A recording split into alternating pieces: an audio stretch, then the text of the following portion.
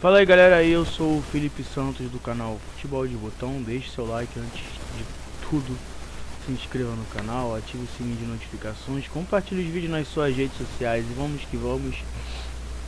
Hoje foi dia de Liga Europa, de UEFA Europa League, última rodada da fase de grupos, e vamos aos resultados antes do destaque do jogo que eu pude acompanhar, que foi entre Arsenal da Inglaterra e Zurich da Suíça. Hoje tivemos Trabzonspor vencendo o Ferencváros por 1 a 0. O Feyenoord venceu a Lazio por 1 a 0. A Lazio teve um jogador expulso nessa partida. Midtjylland 2, Sturm 0. Mônaco 4, Estrela Vermelha 1.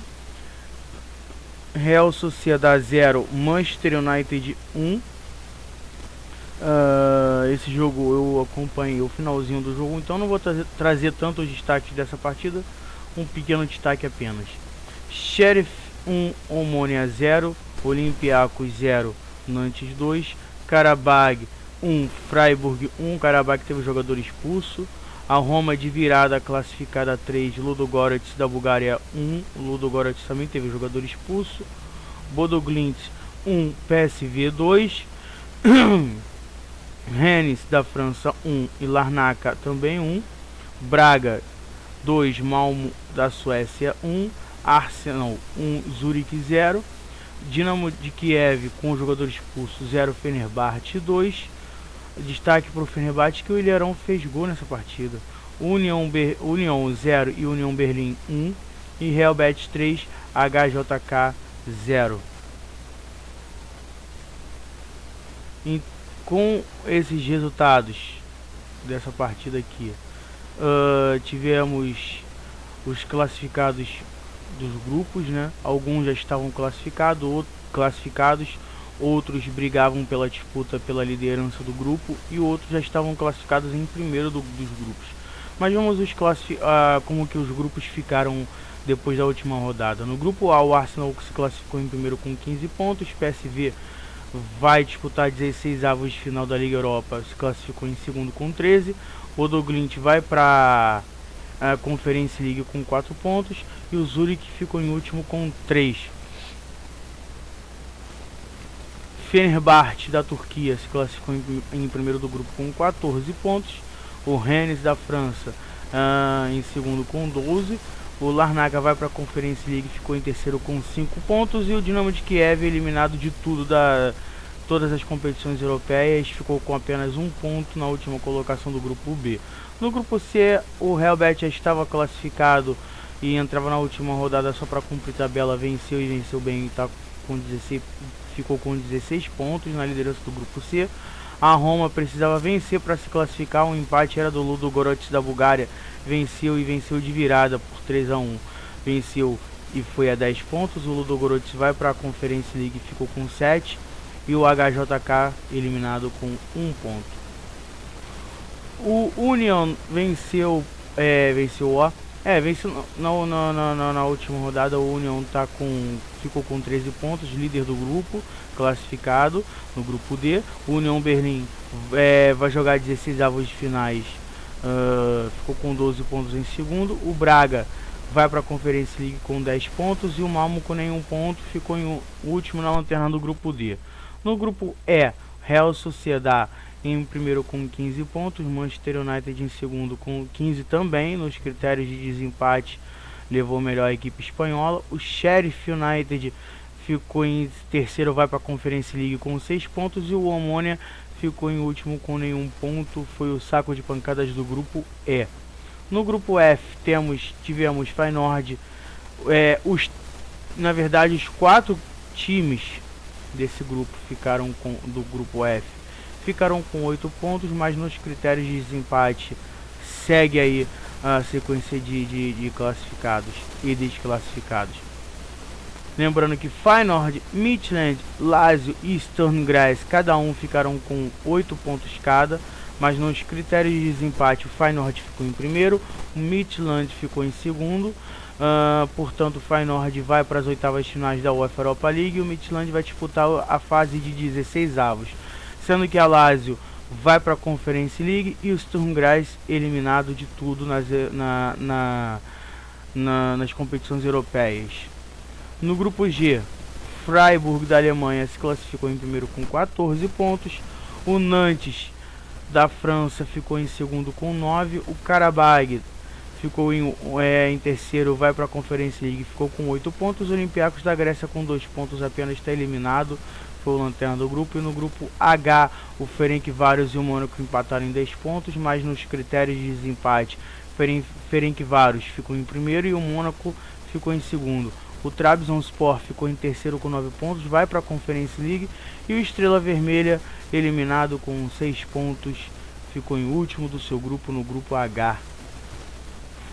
Ficou assim então os grupos da UEFA Europa League após a última rodada.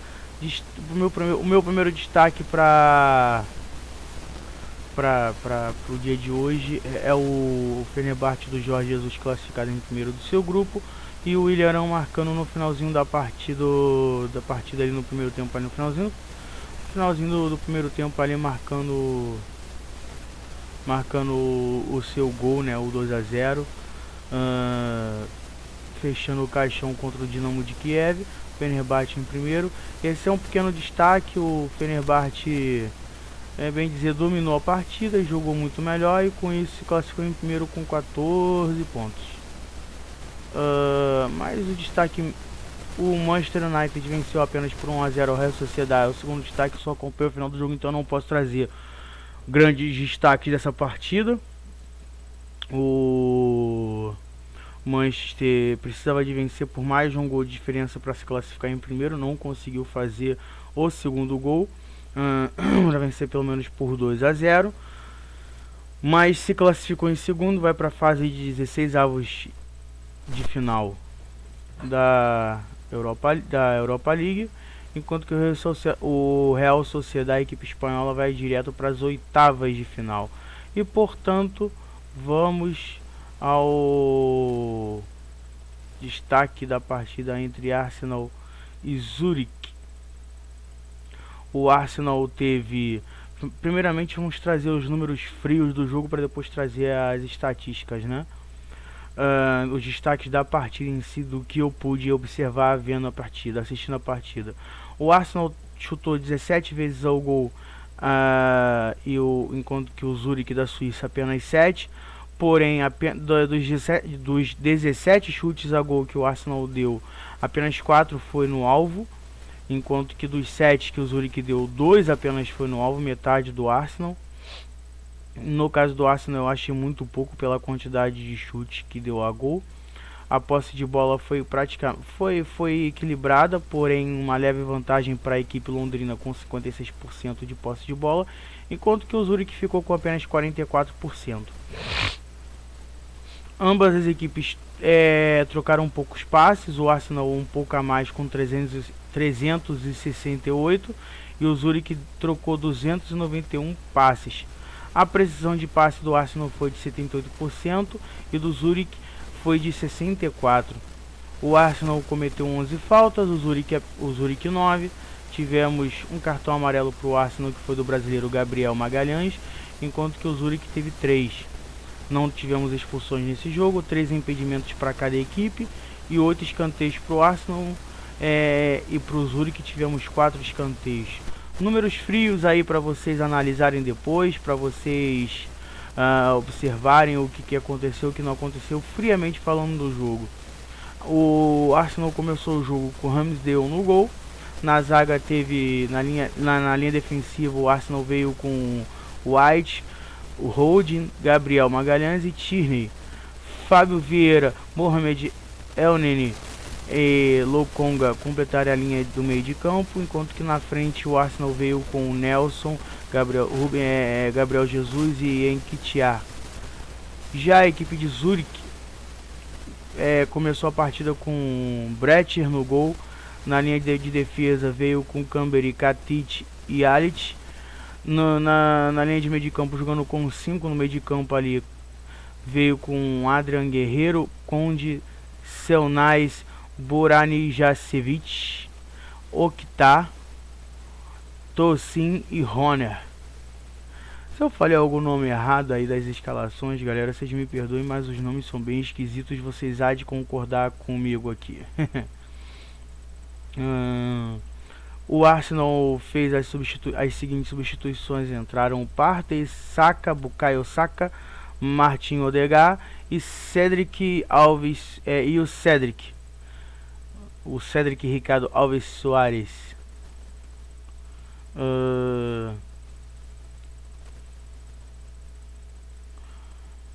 O Zurich promoveu as seguintes substituições: Kranic, Santini, Antônio Marquesano, Mark Ornschut, acho que é assim que se fala, Ornschut, Bogdan Junic. Foram as substituições promovidas pelo técnico Henriksen. O Arteta, vocês já viram as substituições que o Arsenal promoveu, não vou repeti-las. O Zurich começou a partida no esquema de 3-4-1-2, o mais famoso 3-5-2 na verdade, né? Se a gente for jogar friamente. Já o Arsenal veio com o famoso 4-3-3. Bom, galera, o que eu achei desse jogo em si? O Arsenal no primeiro tempo ele criou situações de gols, tá? Criou bastante situações de gols. Não produziu aliás, a bola não entrou como deveria, vamos botar assim, porque o Arsenal produziu para ter 3-0, 2-0, 3-0 que fosse no primeiro tempo, ou até 4 se vocês quiserem forçar um pouquinho a barra. Acabou abrindo o placar num belo chute de fora da área do lateral Tierney, o número 3 da equipe do Arsenal, enquanto que o Zurich jogou muito recuado no primeiro tempo. Tá? O Zurich veio bastante recuado no primeiro tempo, tentando sair em contra-ataque, não conseguiu. O Arsenal dominou as ações no primeiro tempo. Eu não sei, porque foi a impressão que eu fiquei durante essa partida. Eu não sei se o Arsenal quis se poupar no segundo tempo dentro de campo, porque sabia que no final de semana vai enfrentar o Chelsea no clássico londrino, ou se porque foi méritos do Zurich com o seu técnico Henriksen, que promoveu as substituições que promoveu, mudou o esquema tático. No segundo tempo o Zurich jogou um pouco mais acima da linha defensiva do Arsenal. Verdade que o Arsenal não conseguiu jogar, não teve contra-ataque, tentou, mas não conseguiu. O Gabriel Jesus, com a saída do Gabriel Jesus, me parece que o Arsenal sentiu muito a saída dele, porque ele vinha jogando bem, ele não fez gol, mas ele estava prendendo bola no ataque, ele estava segurando o jogo para o Arsenal lá na frente. Do momento que o Gabriel Jesus saiu, o Arsenal, que já não conseguia estar jogando bem no segundo tempo, na segunda etapa, o Arsenal ele se retraiu para o campo defensivo mais ainda. Com isso, chamou muito a equipe da Suíça para o seu campo defensivo, que não empatou por pouco, teve algumas chances sim, não tão claras de gol, daquela que você fala que o Ramsdale operou milagres. Teve um chute perigosíssimo agora no final do jogo, com um jogador que tinha acabado de entrar no time, o Zurich, e mais chances claras no segundo tempo o Zurich não teve, a não ser um pouco antes desse chute perigoso que eu falei pra vocês, que teve uma bola na área do Arsenal, que teve uma construção muito boa e um chute de média distância dentro da grande área, obrigando o Ramsdale a fazer uma grande defesa no jogo. No rebote, o Zurich chegou a empatar a partida, mas com o Guerreiro, né? Mas estava nitidamente impedido o jogador do Zurich, portanto não conseguiu chegar ao empate pela anulação de gol, diga-se de passagem, em campo. O Zurich não precisou, o time de arbitragem não precisou checar no VAR para ver que estava realmente impedido. Foi uma atuação boa da arbitragem, não tem do que se reclamar. E o Arsenal ficou com aquele gostinho de podia mais, porque no segundo tempo o Arsenal ficou muito retrancado, na minha opinião. O Arsenal não conseguiu sair. Foi como eu disse, a minha impressão é que o Arsenal estava se poupando dentro de campo para o jogo contra o Chelsea. Só que é aquilo, o Arsenal precisava vencer para garantir sua primeira posição, já que o PSV estava vencendo o seu jogo também é do grupo do Arsenal. Então, se o Arsenal sofresse um empate, o que isso significaria dentro do grupo? Que o Arsenal perderia a primeira colocação e o time da Holanda, o PSV, ficaria com a primeira colocação. Tá, e o que isso significa, Felipe? Duas coisas. Duas partidas a mais num calendário que para a Europa esse ano nessa temporada vai ser apertado porque tem Copa do Mundo ainda. Tudo bem que as partidas vão acontecer só no ano que vem, as partidas de 16avos de final. Então, mesmo assim, seria um pouco apertado o calendário para eles. E outra coisa, além de você ter duas partidas a mais no calendário, você acaba o time que se classifica em segundo do grupo da UEFA Europa League, ele joga os 16avos de final com as equipes que entram das terceiras colocadas da Liga dos Campeões, da UEFA Champions League. Ou seja, se o Arsenal empatasse o jogo, o risco dele, como passa a ser do Manchester United agora, nesse momento que se classificou em segundo, para dar um exemplo melhor, de pegar um Barcelona, de pegar uma Juventus, que não vive um bom momento, mas é a Juventus. São equipes desse calibre que poderiam cair ali no enfrentamento para o Arsenal, se ele se classificar segundo. Agora, esse é o caso literal do Manchester United, que se classificou em segundo. Vai ter que enfrentar uma cobra criada na fase de 16avos de final. Portanto, é isso. O Arsenal conseguiu sua classificação em primeiro, deixou essa bomba aí, vamos dizer assim, pro PSV, que mesmo vencendo o seu jogo dependia do resultado adverso para a equipe de Londres, da capital da Inglaterra, o Arsenal. Portanto, o Arsenal se livra desses confrontos aí. Não foi uma partida que me agradou do Arsenal, principalmente no segundo tempo, apesar de eu achar que o Gabriel Jesus fez uma boa partida. O autor do gol, Tierney, também jogou bem. Não achei que surgiram tantos efeitos positivos as substituições que o Mikel Arteta produziu durante a partida a favor do Arsenal. Eu acho que o Arsenal, com as substituições, caiu muito de produção, tá? Não acho que o Arsenal tenha jogado bem na segunda etapa. Criou, verdade seja dita, criou para que fizesse 2-3-0 no primeiro tempo.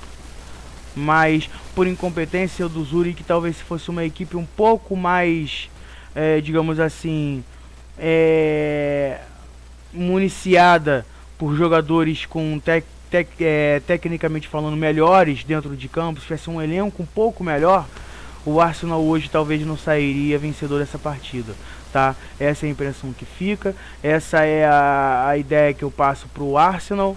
E outra coisa, a Roma que passou em segundo do grupo também não me agradou. A Roma tá devendo futebol para o seu torcedor. José Mourinho não é mais aquele José Mourinho de Special One que um dia foi no Chelsea e na Inter de Milão, principalmente com o título da Liga dos Campeões. Eu acho assim que a Roma poderia apresentar futebol melhor. A Roma hoje em dia, não que antes fosse, mas hoje em dia principalmente é time de segundo para terceiro escalão do futebol europeu, mas poderia, com o elenco que tem, estar numa posição melhor dentro da segunda competição mais importante da Europa, tá?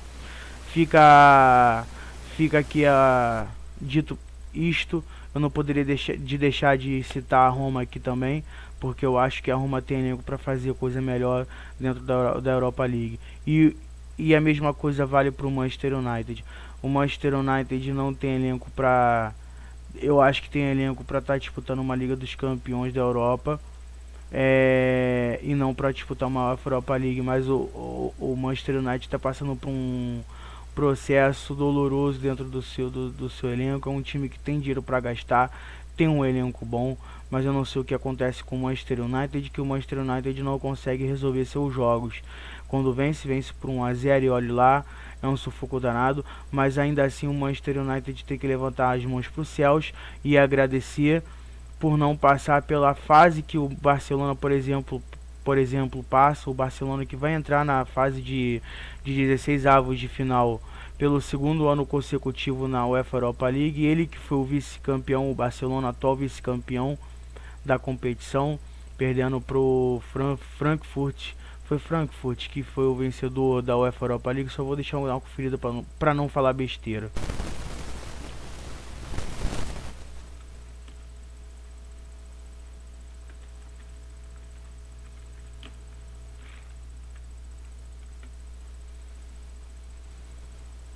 Isso mesmo, o Eintracht Frankfurt, que foi o grande campeão da temporada passada, vencendo o Barcelona. Então, tudo bem, foi merecedor, mas o Barcelona, como eu já disse em vídeos anteriores, eu não vou me prolongar muito ao Barcelona nesse vídeo porque ele fazia parte da UEFA Champions League. Quando de fato começar a fase de 16 avos de final, eu vou trazer alguma coisa sobre o Barcelona aqui para me aprofundar com vocês um pouco mais sobre o que vive a fase atual do Barcelona, que é desastrosa. Eles têm que também levantar mãos para os céus e agradecer por estarem numa competição europeia ainda, porque no seu grupo tinha um time muito fraco, por isso que ele ficou em terceiro lugar do seu grupo na Champions League. Porém ficou devendo muito futebol, muito mesmo. Eu acho que se a Inter de Milão fosse um pouquinho melhor, aquela vitória teria vindo, a vitória não, perdão, a classificação teria vindo bem antes, com a eliminação do Barcelona. Barcelona que não joga um bom futebol, vem de tempos. A sorte dele é que ele disputa numa liga que os seus adversários que não batem de frente com você que batem de frente com o Barcelona são bem poucos. A maioria tem um nível muito abaixo do que deveria ter. É uma liga que você tira 3, 4 clubes que podem bater de frente com o Barcelona mesmo na situação atual, sabe? É a impressão que fica. E ele dá só para deixar claro em seu Barcelona, depois a gente volta aqui pro jogo do Arsenal, né, contra o Zurich. A impressão que fica é que o Barcelona dá sorte também, porque equipes como Atlético de Madrid e Sevilha não vivem bons momentos, e são equipes que algum tempo atrás estariam batendo de frente com a própria equipe catalã. Estou dizendo tudo isso porque hoje teve a notícia de que o Gerard Piqué, zagueiro lendário da equipe do Barcelona, anunciou sua aposentadoria em alguns dias. Ele vai se aposentar, sua despedida vai ser num jogo do Barcelona no Camp Nou. E por isso que eu estou trazendo isso aqui. Isso custou muito caro para alguns jogadores lá dentro do Barcelona. Verdade seja dito, o Piqué já não vinha jogando tudo que sabia, porque já não tinha mais aquela intensidade dentro do futebol europeu. E ele dizia que no dia que ele não conseguisse jogar mais em alto nível, ele iria se aposentar.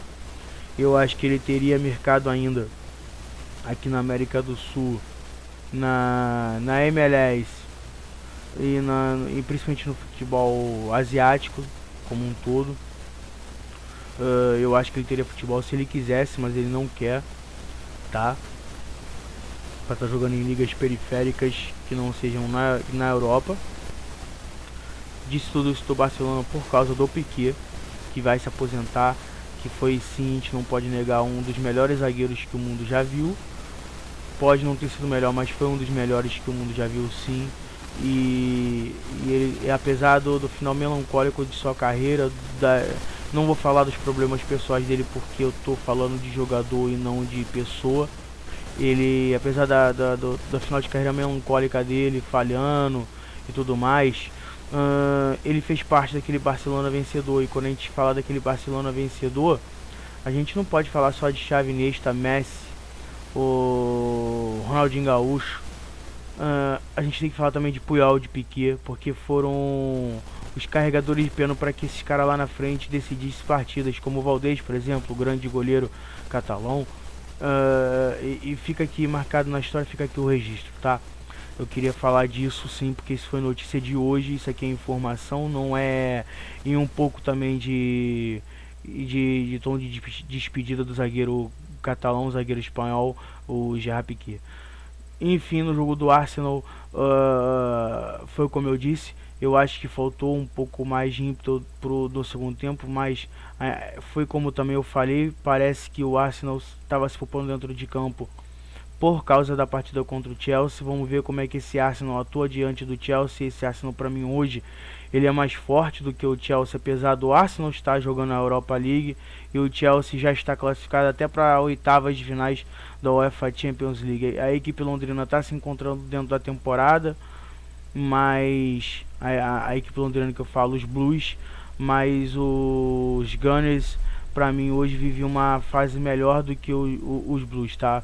Eu acho que o Arsenal vive um momento melhor do que o Chelsea, mesmo com a partida pífia que fez no segundo tempo. Eu vou ficando por aqui. Gostaram do vídeo? Deixem um like de vocês, se inscrevam no canal, compartilhe os vídeos nas suas redes sociais. Uma mosca apareceu aqui agora nesse momento para me atrapalhar no vídeo. E é isso aí, galera. Fiquem com Deus. Tudo de melhor sempre. Que Deus os proteja e os abençoe, assim como cada um dentro dos lares de vocês.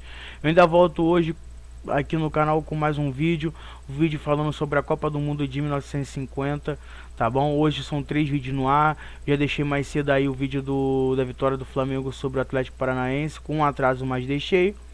E tá aí, vitória do Arsenal sobre o Zurich da Suíça, 1 a 0, classificado em primeiro lugar do seu grupo para as oitavas finais da UEFA Europa League, da Liga Europa, a segunda competição mais importante de clube da Europa. Valeu, galera.